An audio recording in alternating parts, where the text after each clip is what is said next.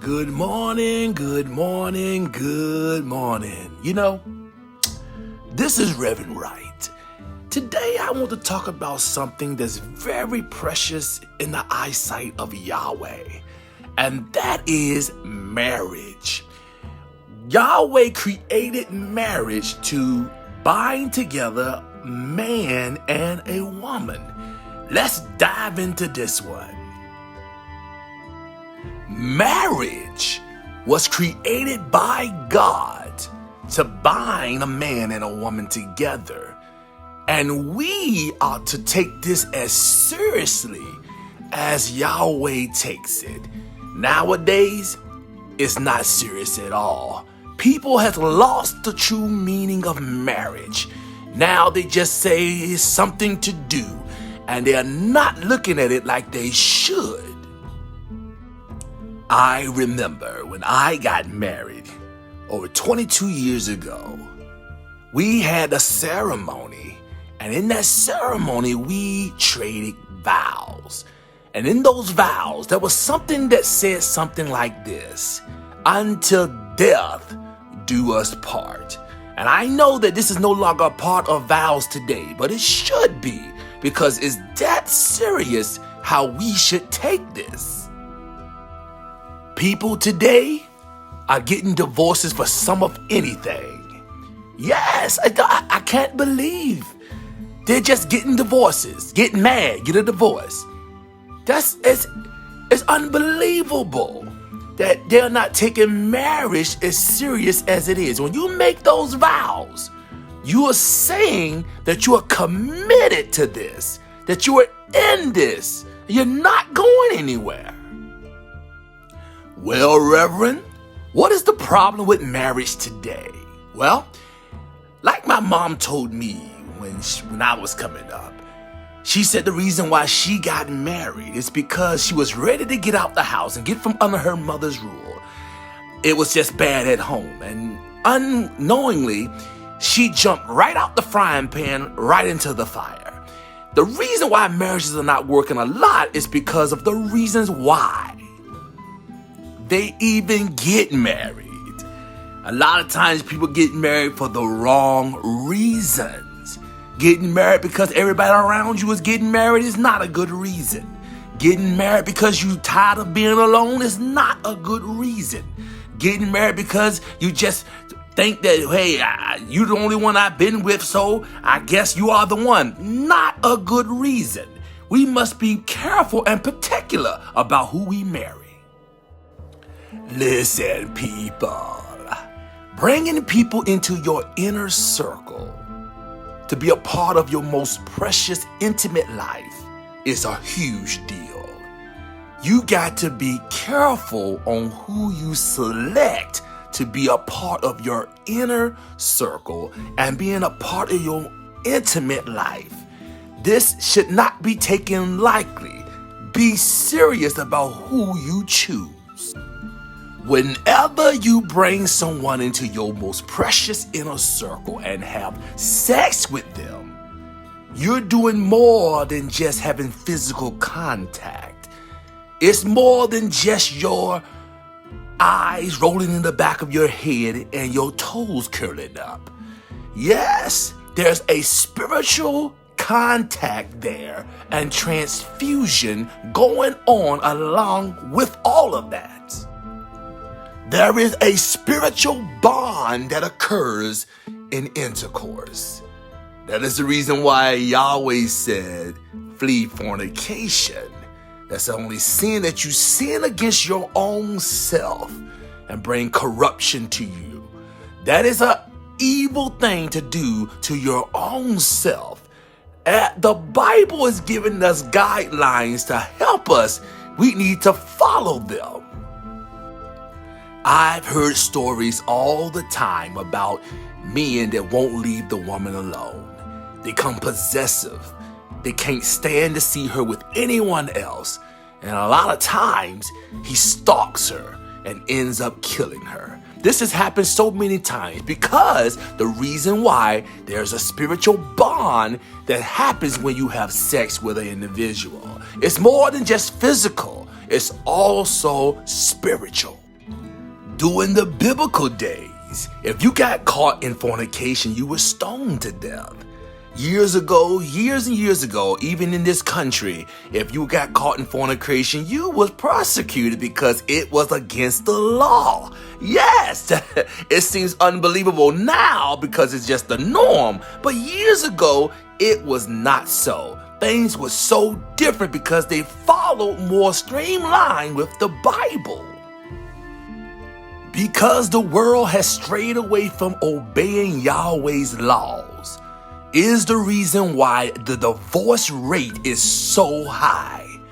Why people can't stay together is because they refuse to listen and obey the Bible and how the scriptures lay out how marriage is supposed to be. This is why we have so many broken homes. When I said I do to my wife all those years ago, I made a personal commitment. I told myself that I was not going to be like my father. I told myself that I was not going to be like a lot of the men that I know and I see. That I was going to be different. I was going to be a man and a strong one in my house. I made a commitment to my wife that I was going to be there, that I was going to do whatever I can for my family, that I, most importantly, was going to be faithful to her. I want to dwell on that for a moment. How important it is to be faithful in a marriage, because it's not just about you. When you get caught in adultery, it don't just affect you and your wife. It affects your wife's family, your children. It's a ripple effect that goes for miles and damages everything that it touches. It's not personal. It's a wider range than what you think. The children suffer the most when this happens, because a lot of times divorce occurs. Now the children are split between their parents. This is ugly, and it raises an ugly, ugly truth. Now you cannot parent your kids the way you should. You cannot be a strong father or mother like you should because of what you've done. This is something you should take seriously and not do it. The father's supposed to be a strong role model in the home to his family. Yes, he does. To his children. But it's hard to do that when Papa is a rolling stone. Mommy cannot be a true mommy and when she's out there testing the waters and then coming back home like everything is all right. Everything that's done in the dark shall come into the light. We must understand we are damaging our children when we do these things. How many graves have been dug behind adultery? Think about this. How many times somebody's been shot and killed behind adultery? How many children's lives have been ruined behind adultery? Because you couldn't contain yourself. Because you have no self-control. You wanted to go out. Well, you don't understand, Reverend. My wife has gotten too fat. I'm not attracted to her anymore. Well, you need to get in the gym along with your wife and work off those pounds. When you married her, you did not marry her weight. You married her inwardly. You love her. That's what you're supposed to have done. If you married for those reasons and when those things change, of course your feelings going to change. There is no perfect marriage. You want to know why? Because there's no perfect people. We all have issues that we need to deal with and we need to straighten out. Personal issues. We don't get married because we're perfect. We get married because we are willing to put up with our imperfections and work through those. If anyone get married on any other reasons, their marriage is doomed to fail before it gets started. There's never a good reason to go outside your marriage. Never a good reason. You're asking for a death sentence. A lot of people are in their graves right now today because they have left their homes and been caught in someone else's home. Not good at all. In my personal marriage, there's a lot of things that happened that we had to work through. And it wasn't really because of my wife. My wife, very beautiful woman, she was the good one really in the marriage. I struggled in a lot of areas because I just wasn't trained properly when I came out of my home. And I took a lot of those bad habits along with me that I picked up from my father. And this really damaged my marriage. My wife is a very romantic person. She loves love stories. She's a writer. She writes love stories. And she wanted that type of relationship with me. I showed her that before we got married because I wanted her. And after we got married, it kind of tapered off. And I never got back to it like I said I would for many, many years. See, that damaged us because I wasn't showing her what I showed her before. On top of that, I acted hard all the time and never showed my soft side. So that damaged us also because no woman wants to be with a man that's always hard all the time. And I was acting that way and that pushed us apart. So there's a lot of stuff I needed to fix. And for years I said I would, but I never dug down deep and fixed those issues. Because of that, my wife was contemplating on leaving me. And that made me cry. I cried like a baby.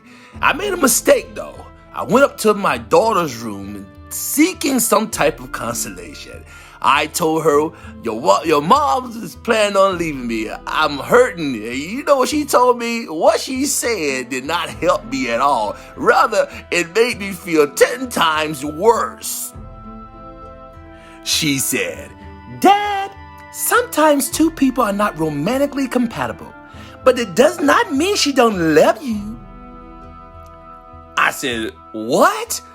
I hurried up and got up out of that room. I said, "Girl, that ain't make me feel no better. That made me feel worse." I went downstairs and sat down and cried even harder. I said to myself, I wish I had not went up to that girl's room. To make a long story short, she gave me another chance. And I've been working on myself. I've been complimenting her, buying her flowers, and slowly but surely she's coming around. And I meant that I was not going to lose her. And I was not going to get out there and be one of those men that got to come for visits. No, I'm going to maintain what I have. I love my family and I'm going to show it. You see, the devil wants so desperately to reverse what Yahweh has put in place, to turn it on its head and make it unrecognizable. That's why he loved to see broken homes, a home where there's no mommy or there's no daddy, or both of them are in the home and both of them are going outside the home. Children left there vulnerable to Satan's attacks. We must stop this. There's enough cheaters out in the world without you being one. Stay at home. Take care of your family. Your children need a strong role model to follow. Both the husband and the wife. Y'all need to be there. Work out your differences. Work everything out because you can all do this in the name of the Lord. God bless.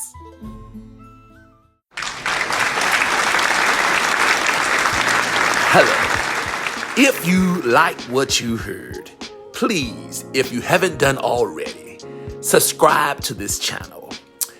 Hit the notification bell and like this video. God bless you. Thank you. Yeah. Love is more powerful than any other force on this planet. You got to have love. You got to have love to fuel you, to push you. When pain and agony is all around you. When you feel like giving up, when you feel like throwing in the towel, love is there to push you, to give you strength to fight on. Yes.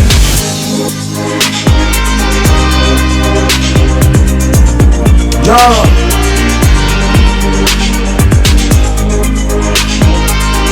Where will we be without love? Got to have love.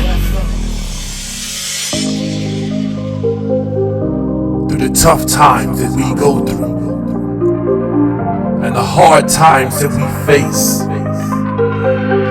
every mountain that we climb, every time we run a race, we got to have in our hearts and minds, no matter how long it takes, we're gonna finish, and we're gonna finish strong.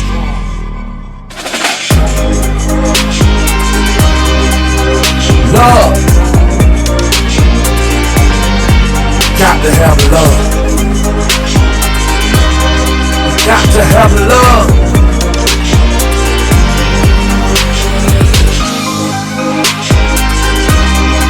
Oh, love. Got to have love.